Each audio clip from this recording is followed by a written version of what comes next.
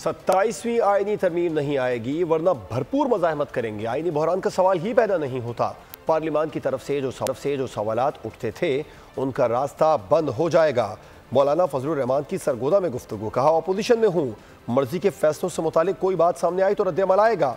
Chief justice काजी फायज ईसा ने अच्छा वक्त गुजारा, नए चीफ जस्टिस को खुशामदीद कहता हूँ। नहीं आ सकेगी, इंशाल्लाह भरपूर मुज़ाहमत करेंगे।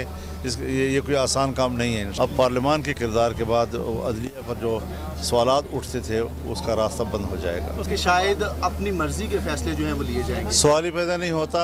अभी फ़िलहाल मैं तो खुद अपोजिशन में हूँ। अगर ऐसी कोई बात खुदा न करे आएगी तो शदीद रद्द-ए-अमल आएगा। नए चीफ जस्टिस आए हैं, क्या खैर मकदम करेंगे?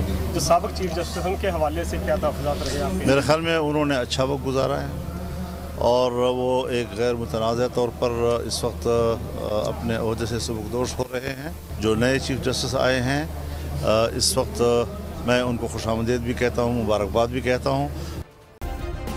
सब्सक्राइब करें और बेल दबाएं ताकि कोई खबर रह न जाए।